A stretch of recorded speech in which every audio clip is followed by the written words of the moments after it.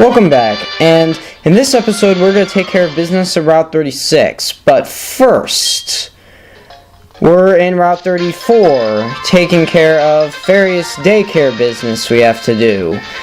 And you're probably wondering what the heck I'm going to do in the daycare. I'm going to raise a couple Pokemon, obviously. And obviously it costs money to get in the daycare, in case I didn't say it last episode, and hence why the money sign is up. So yeah, we're going to raise Scyther and Superbug, and we're not going to use these Pokemon later as party Pokemon, in case you're wondering.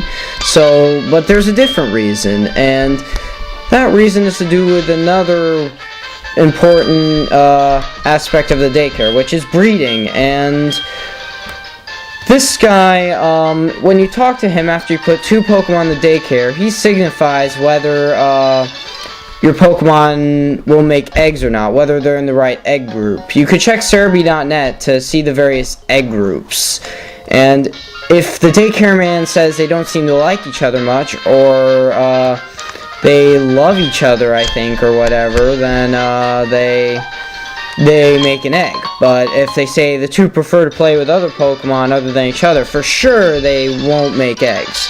Just in case you're wondering. Okay, so we're gonna battle this trainer in Route 36. And, yeah, he sends out an Abra, and I have Red Bull, and Abra's gonna use Flash because, well, he's an accuracy noob. Well, I shouldn't be talking because I actually kind of resort to those tactics sometimes myself, but I like saying that anyways because it's just fun to call people noobs. But no, I wouldn't call you personally noobs. I call the computer a noob. Anyways, he's gonna send out Kadabra, and yeah, we're actually hitting, despite the fact that he's using Flash, and now he's using Confusion, and confused me, and yeah, that makes up for all my accuracy luck. Except Solar Beam, like, I actually did Solar Beam despite the confusion, despite the fact my accuracy is lowered twice, and I level up, which is awesome. And now we have another Abra to take care of, and I hurt myself. So yeah, my luck's kind of running out. Except, well, not really, because, well, I hurt myself. And yeah, this is probably the 5th time I use Flash, and yeah, I'm charging up. And wow, I think that's the 6th time he's used Flash, but I snap out, and I actually hit with the Solar Beam, which is just wow. I mean, I was ready to switch out to Quilava, but no, Solar Beam hit, so hey. Okay, so, yeah, I just did some Macho Brace stuff, and now we're gonna battle the next trainer. And, well, the next trainer doesn't have much Pokemon. He has a Tangela, and yeah. And yeah, I easily take care of him with Dragon Rage. But then Tangle has to make things hard by using Sleep Powder, and I use an Awakening, and yeah, I mean, nothing is more annoying than a Pokemon being faster than you and knowing Sleep Powder, because check this out. Yeah, and now I'm asleep, and I have to use another freaking Awakening. Oh, but Shed Skin cured it, but in Sleep Powder missed, finally, haha. That's what I get for using Sleep Powder and trying to make my Pokemon fall asleep forever and just stalling like that. And then he asked for our phone number, and although he was a pretty annoying trainer, I'll add him. I mean, he's a pretty good guy to rematch. He's gonna have a Tangrowth, as you probably figured out, and he'll also have a Yan Mega, because I remember him, he had a Tangela and a Yanma in the original, but you can rematch them another time, and they're higher leveled in the remake, just so you know. So that was that weird tree that you can't cut, and that guy I talked to, he talked about how how he doesn't like water. He saw this person with the squirt bottle, and this person happens to be in the flower shop, which I mean, I think I showed you in the Goldenrod tour, or maybe I didn't, but yeah, this is where it gets really important. Also, as a side note, you can get berry pots and buy mulch here, so you can grow berries without...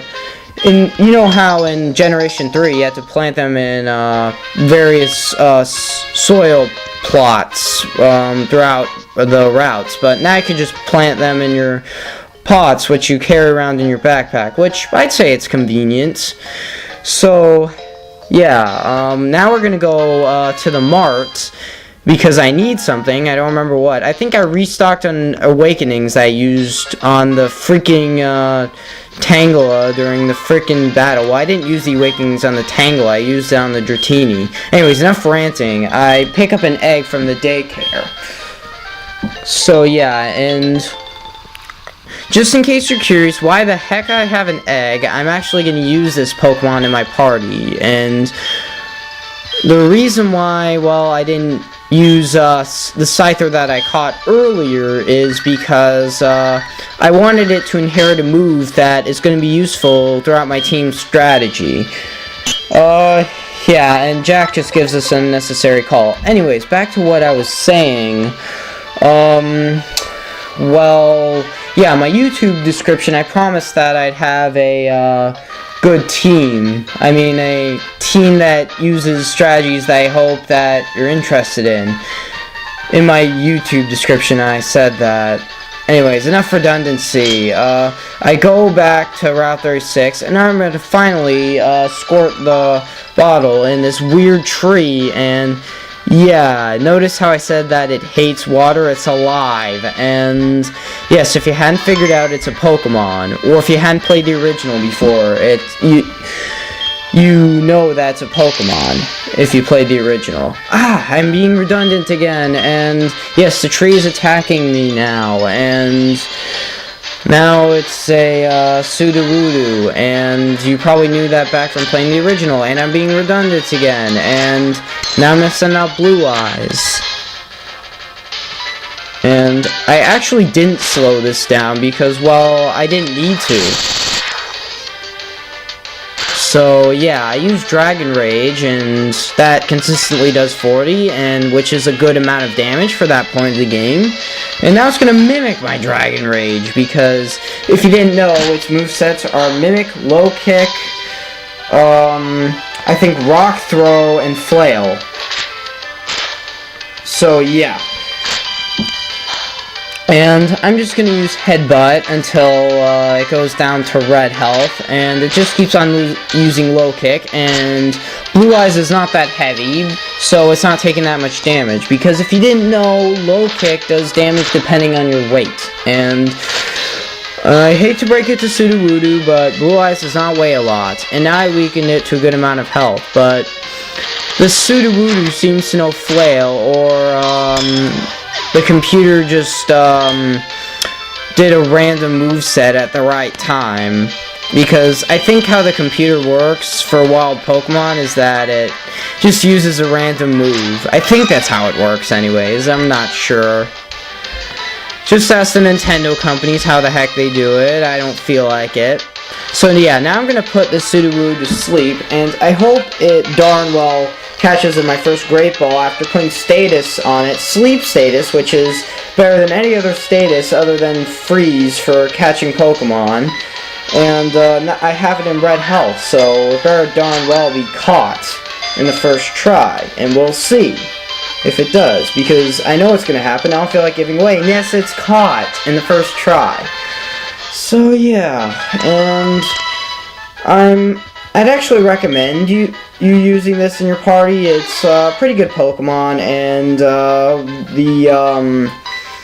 with the 4th gen, it has good movesets, so that makes it even better to use in the party. And yeah, I kind of lied earlier about getting the berry pots from the flower shop. You get it from this guy right here. I kind of forgot about that, and he gives you berries. And yeah, so yeah, I have a surprise for you next episode, so stay tuned for more.